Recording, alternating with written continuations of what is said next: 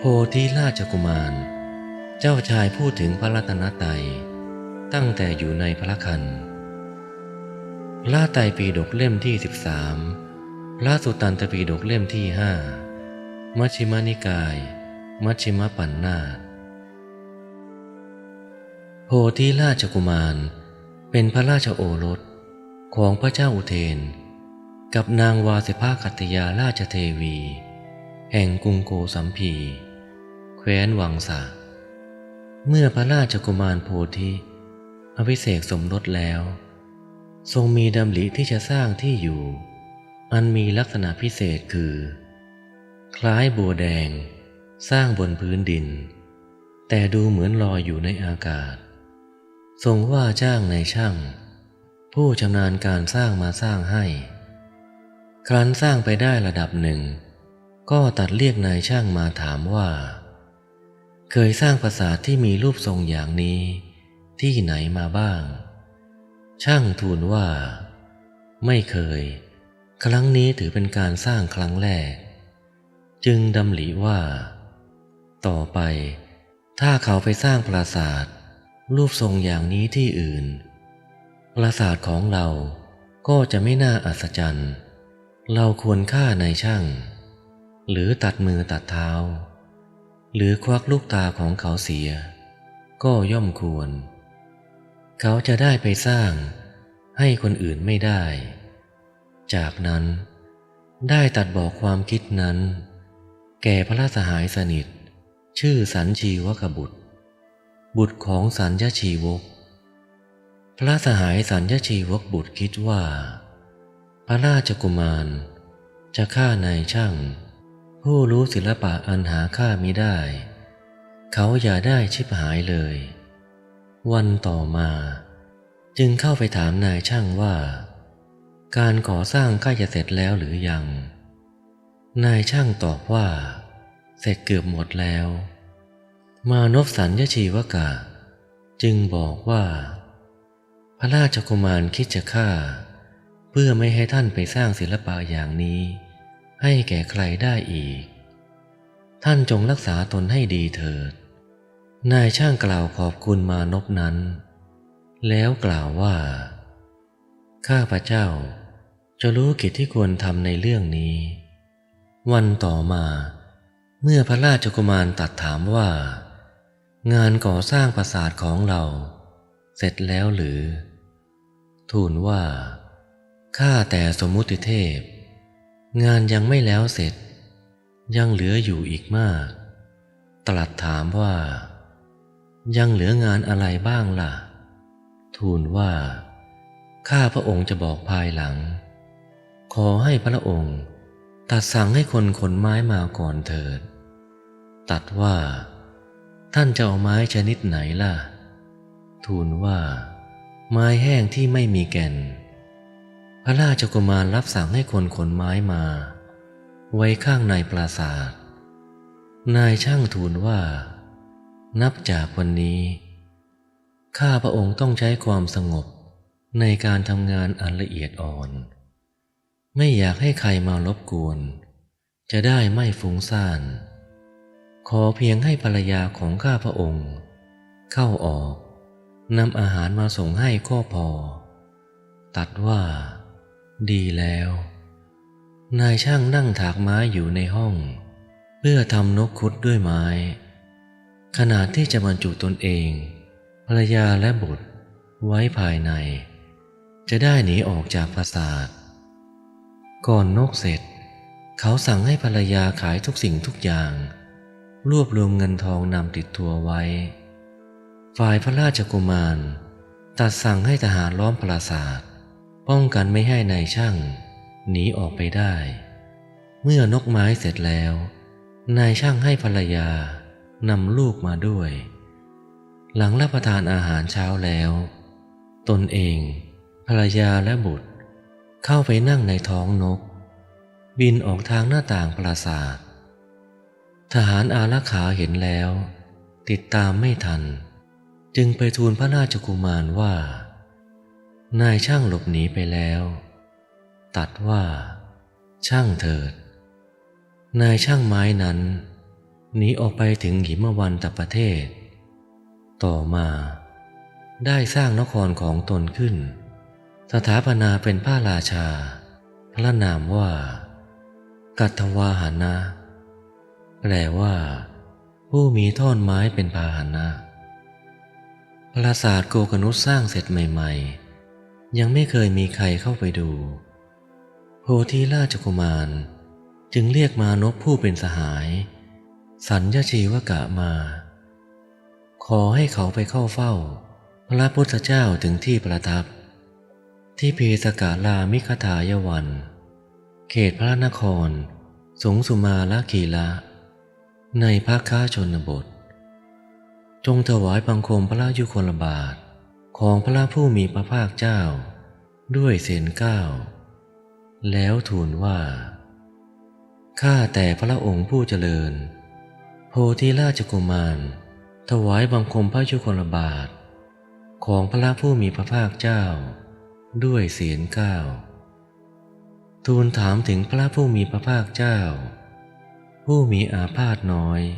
มีโรคเบาบางทรงกระปี้กระเป๋ามีพละกำลังทรงพระสำราญข้าแต่พระองค์ผู้เจริญขอพระผู้มีพระภาคเจ้ากับภิกษุสงฆ์จงรับภัตตาหารเพื่อเสวยในวันพรุ่งนี้ของโพธิราชกุมารเถิดมานพสัญชีวกบุตรได้เข้าไปเฝ้าพระพุทธเจ้าถึงที่ประทับแล้วกราบทูลตามคำของโพธิราชกุมารนั้นพระพุทธเจ้าทรงรับนิมนต์ด้วยอาการดุษณียภาพมานพกลับไปทูลรายงานให้โพธิราชกุมารทรงทราบแล้วล่วงราตรีไปแล้วโพธิราชกุมารตัดให้จัดเตรียมของเคี้ยวของฉันอันปราณีตในนิเวศตรัสให้ภูผ้าขาวที่พื้นปราสาทจนถึงบันไดแรกก่อนขึ้นครั้นได้เวลาแล้วสัญชีวกบุตรไปเข้าเฝ้ากราบทูลให้พระพุทธเจ้าเสด็จพระพุทธเจ้าเสด็จพร้อมด้วยภิกษุสงฆ์ไปยังปราสาทโกกนุษโพธิราชกุมาร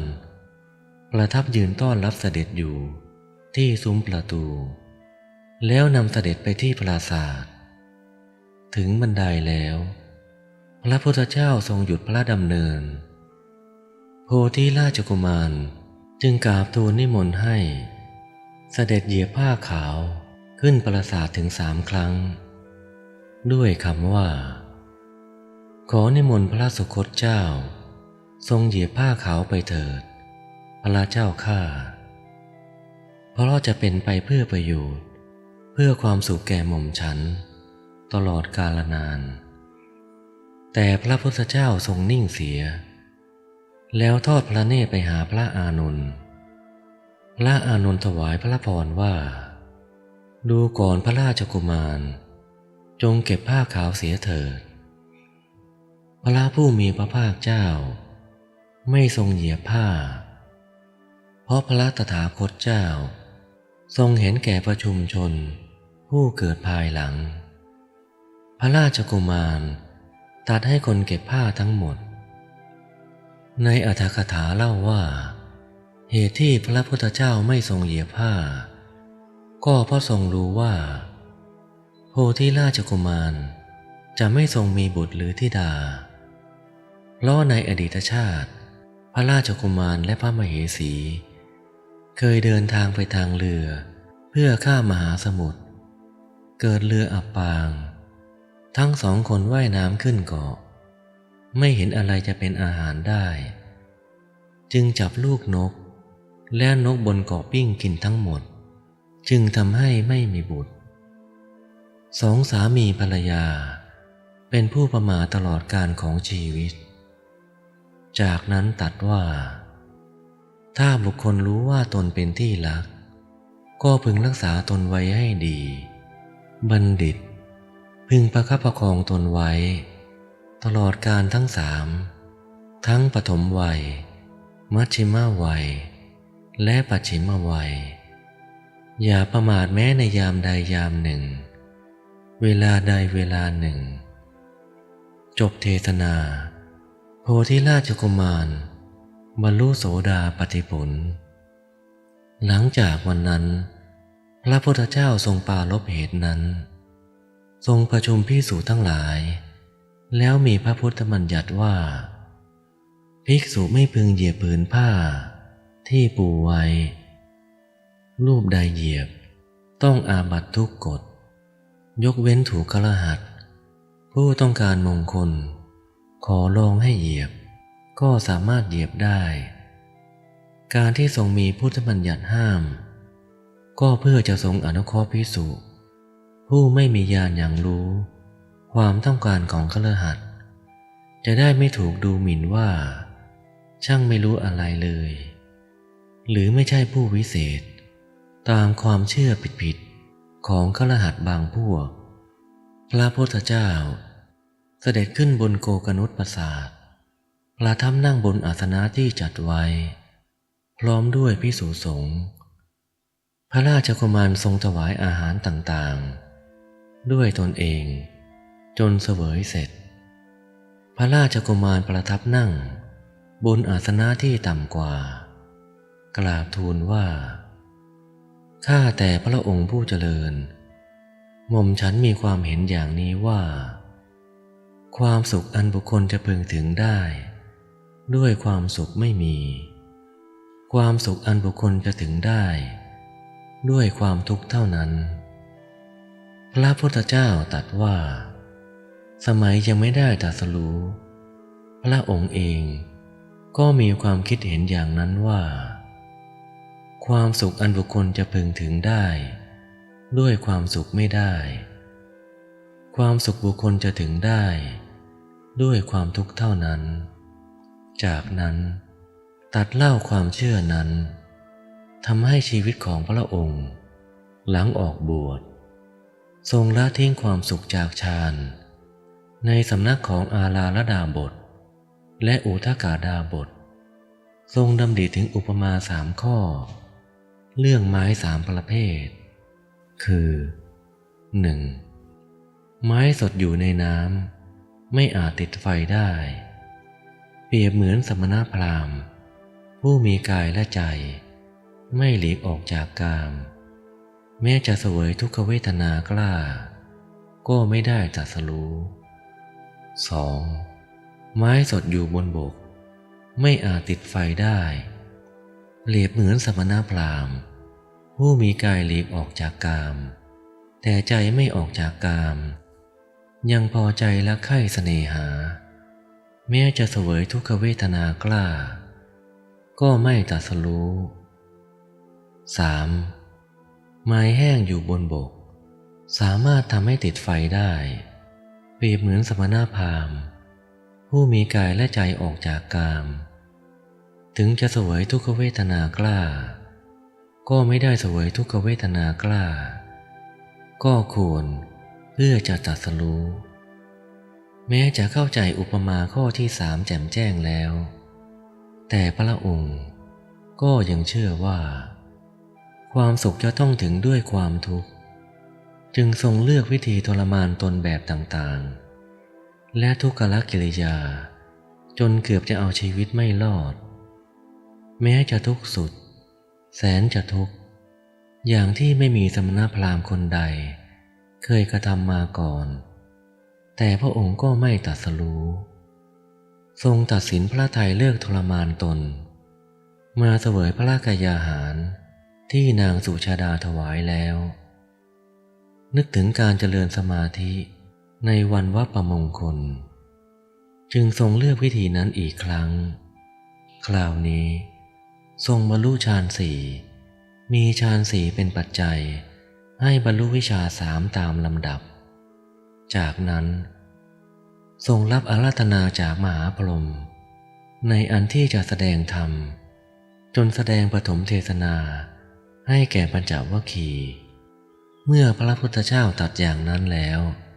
โพธิราชกุมารทูลถามว่าข้าแต่พระองค์ผู้เจริญเมื่อภิกษุได้พระตถาคตเป็นผู้แนะนำโดยการเท่าไหร่จึงจะทำให้แจ้งที่สุดแห่งพรหมจรรย์ อันไม่มีธรรมอื่นยิ่งไปกว่าซึ่งกุลบุตรทั้งหลายผู้ออกจากเรือนบวชเป็นบรรพชิตโดยชอบต้องการด้วยปัญญาอันยิ่งเองในปัจจุบันแล้วถึงอยู่ตรัสว่าจะตอบโดยขอย้อนถามก่อนขอให้ตอบตามพอพระทัยตรัสถามว่าราชกุมารท่านชำนาญในศิลปศาสตร์คือการจับช้างการบังคับช้างหรือทูลว่าอย่างนั้นพระเจ้าข้าหม่อมฉันเป็นผู้ฉลาดในศิลปะแห่งการจับช้างบังคับช้างตรัสยกตัวอย่างว่าหากมีคนมาขอศึกษาวิชาจับช้างบังคับช้างจากพระราชกุมารแต่เขาไม่มีศรัทธาหนึ่งมีโรคประจำตัวหนึ่งโอ้อวดมีมายาหนึ่งเกลียดค้านหนึ่งมีปัญญาน้อยหนึ่งถามว่าคนผู้นั้นควรจะศึกษาในสำนักของท่านหรือตอบว่าหากคนผู้นั้นมีลักษณะนั้นเพียงข้อเดียวก็ไม่ควรจะศึกษาแล้วไม่จำเป็นต้องมีลักษณะทั้งห้าหรอกตรัสถามต่อว่าหากมีคนมาขอศึกษาวิชาจับช้างบังคับช้างเขาเป็นผู้มีศรัทธาหนึ่งไม่เจ็บป่วยหนึ่งไม่โอ้อวดไม่มายาหนึ่งมีความเพียรหนึ่งมีปัญญาดีหนึ่งถามว่าคนผู้นั้นควรจะศึกษาในสำนักของท่านหรือตอบว่าหากคนผู้นั้นประกอบด้วยลักษณะหนึ่งลักษณะก็ควรศึกษาได้ไม่จำเป็นต้องครบ5ลักษณะจากนั้นทรงแสดงองค์ของภิกษุผู้มีความเพียร5คือมีศรัทธาเชื่อปัญญาตรัสรู้ของพระตถาคตหนึ่งเป็นผู้มีโลกน้อยโลกเบาบางหนึ่งไม่โอ้อวดไม่มีมายาเปิดเผยตนตามความเป็นจริงหนึ่งเป็นผู้ปรารภความเพียรเพื่อละอกุศลธรรมหนึ่งเป็นผู้มีปัญญาเห็นความดับ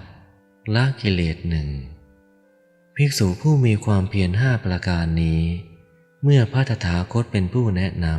ำย่อมทำให้แจ้งที่สุดแห่งพรหมจรรย์อรหัตผลภายใน7 ปี3 คืน3 วันหรือ1 คืน1 วันดูก่อนราชกุมาร1 คืน1 วันจะยกไว้ภิกษุผู้ประกอบด้วยองค์ของภิกษุผู้มีความเพียร5ประการนี้เมื่อตถาคตเป็นผู้แนะนำตถาคตสั่งสอนในเวลาเย็นจากบรรลุคุณวิเศษในเวลาเช้าตถาคตสั่งสอนในเวลาเช้าจากบรรลุคุณวิเศษในเวลาเย็นโพธิราชกุมารกราบทูลว่าพระพุทธเจ้ามีพระคุณเป็นอัศจรรย์พระธรรมมีพระคุณเป็นอัศจรรย์พระธรรมอันพระผู้มีพระภาคเจ้าตรัสดีแล้วเป็นอัศจรรย์เพราะภิกษุที่พระผู้มีพระภาคเจ้าทรงสั่งสอนในเวลาเย็นจากบรรลุคุณวิเศษได้ในเวลาเช้าที่พระผู้มีพระภาคเจ้าสั่งสอนในเวลาเช้าจากบรรลุคุณวิเศษได้ในเวลาเย็นมานพสัญชีวกบุตรได้ทูลแก่พระราชกุมารว่าที่ทรงประกาศอย่างนั้นหาได้ทรงถึงพระโคดมผู้เจริญพระองค์นั้นพระธรรมและพระสงฆ์ว่าเป็นสารณะไม่พระราชกุมารชี้แจงว่าที่เรากล่าวอย่างนั้นเพราะพระมารดาของเราเคยเล่าให้ฟังว่าขณะที่เราอยู่ในครรภ์นั้นพระมารดาได้เข้าเฝ้าพระผู้มีพระภาคเจ้าที่โคสิตารามวิหารกรุงโกสัมพีถวายบังคมแล้วกราบทูลว่าข้าแต่พระองค์ผู้เจริญ ทารกที่อยู่ในครรภ์ของหม่อมฉันนี้ จะเป็นชายหรือหญิงก็ตาม เขาย่อมถึงพระผู้มีพระภาคเจ้า พระธรรมและพระสงฆ์ว่าเป็นสรณะ ขอพระผู้มีพระภาคเจ้า ทรงจำเขาว่าเป็นอุบาสกหรืออุบาสิกา ผู้ถึงสรณะตลอดชีวิต นับแต่วันนี้เป็นต้นไป อีกครั้งหลังเราคลอดแล้ว แม่นมให้อุ้มเราขึ้นสะเอว ไปเข้าเฝ้าพระผู้มีพระภาคเจ้า ที่ป่าเพสกลามิคทายวัน ในกรุงสุงสุกมาลคิรีภัคคะชนบท ถวายบังคมแล้วกราบทูลว่า ข้าแต่พระองค์ผู้เจริญ โพธิราชกุมารพระองค์นี้ ย่อมถึงพระผู้มีพระภาคเจ้า พระธรรมและพระสงฆ์ว่าเป็นสรณะตั้งแต่วันนี้เป็นต้นไป ครั้งนี้เป็นครั้งที่3 ขอพระผู้มีพระภาคเจ้า จงทรงจำหม่อมฉันว่าเป็นอุบาสกผู้ถึงสรณะตลอดชีวิต